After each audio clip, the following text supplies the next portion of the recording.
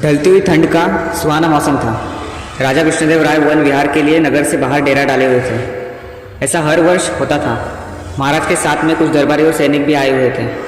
पूरे खेमे में खुशी का माहौल था। कभी गीत संगीत की महफिल जमती तो कभी कभी किस्से कहानियाँ का दौर चल पड़ता। इसी प्रकार आमोद प्रमोद में कई दिन गुजर गए। एक दिन राजा कृष्णदेव राय अपने दरबारियों से बोले, वन विहार को आए हैं तो शिकार जरूर करेंगे।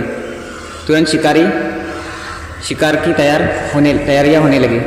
कुछ देर बाद पूरा लाव लश्कर शिकार के लिए निकल पड़ा। सभी अपने अपने घोड़ों पर सवार थे। तेनालीराम भी जब उन सबके साथ चलने लगा तो एक मंत्री बोला, महाराज तेनालीराम को साथ ले जाकर क्या करेंगे?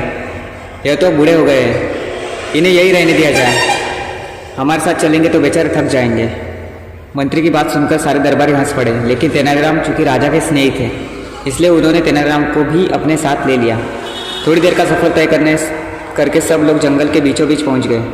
तभी राजा कृष्णदेव राय को एक हष्टपुष्ट हिरन दिखाई दिया। राजा उसका पीछा करने लगे। सभी दरबारी भी उनके पीछे थे। पीछा करते करते वे घने जंगल में पहुंच गए। राजा घनी झाड़ियों के बीच बढ़ते जा रहे थे। एक जगह पर आकर उन्हें हिरन अपने बहुत ही पास दिखाई दिया तो उन्होंने निशाना साधा।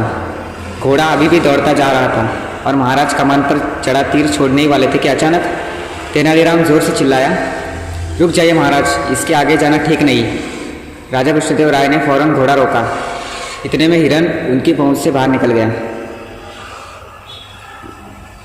तेनालीराम के कारण हिरन को हाथ से निकलते देख महाराज को बहुत गुस्सा आया। वो तेनालीराम पर बरस पड़े। तेनालीराम, तुम्हारी वजह से हाथ में आया शिकार निकल गया। मगर अचानक ही उन्हें कुछ याद आया और मंत्री से मुखातिब होकर वे बोले, मंत्री जी इस पेड़ पर चढ़कर हिरन को देखें तभी कुछ कहूँगा या बताऊँगा। मंत्री जी पेड़ पर चढ़े तो उन्होंने एक विचित्र ही नज़ारा देखा। हिरन जंगली झाड़ियों के बीच फंसा जोर जोर से चीख और उछल रहा था। उसका सारा शरीर लहूलुहान हो गया था। ऐसा लगता था कि जैसे जंगली झाड़ियों ने उसे अपने पास खींच लिया हो और भरपूर जोर लगाकर झाड़ियों से चंगुल से छूटने की कोशिश कर रहा था। आखिरकार बड़ी मुश्किल से वह अपने आप को उन झाड़ियों से छुड़ाकर भाग गया।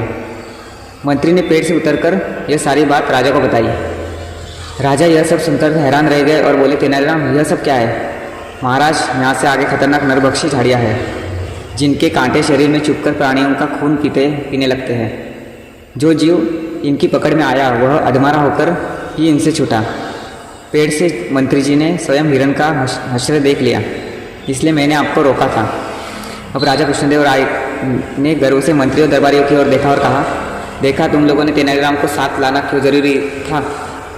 मंत्री और सारे दरबारी अपना सा मुंह लेकर रह गए और एक दूसरे की ओर ताकने लगे। धन्यवाद।